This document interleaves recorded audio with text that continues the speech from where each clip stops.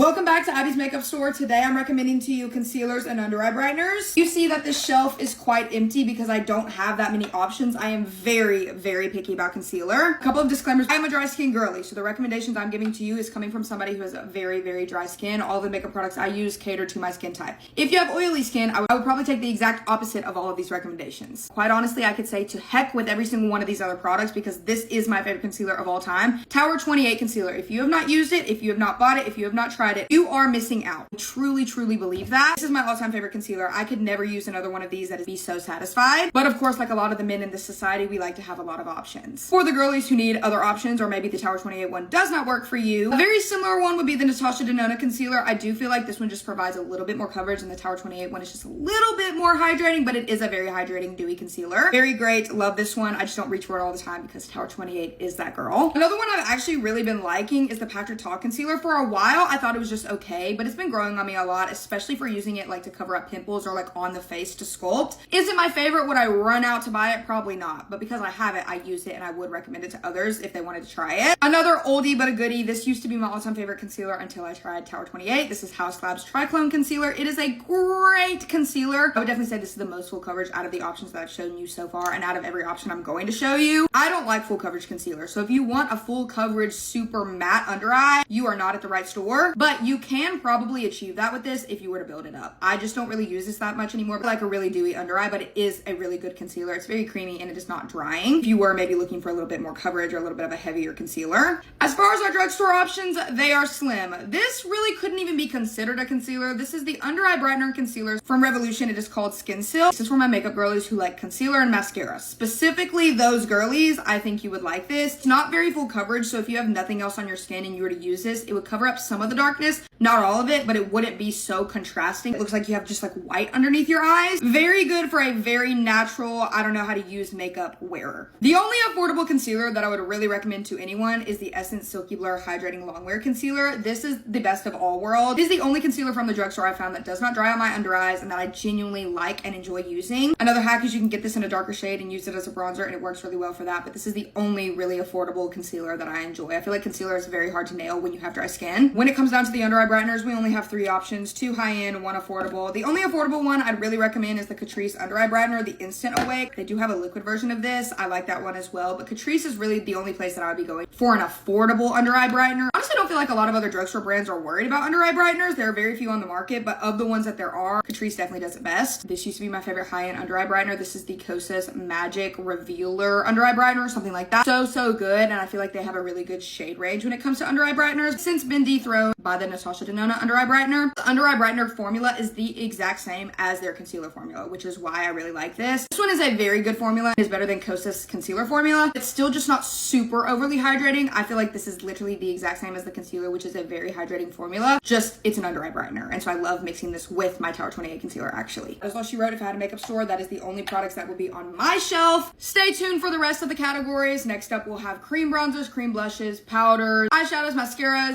highlighters, you name it, we will have it. I will see you guys next time when you come shop at Abby's Makeup Store. I love you guys. Bye.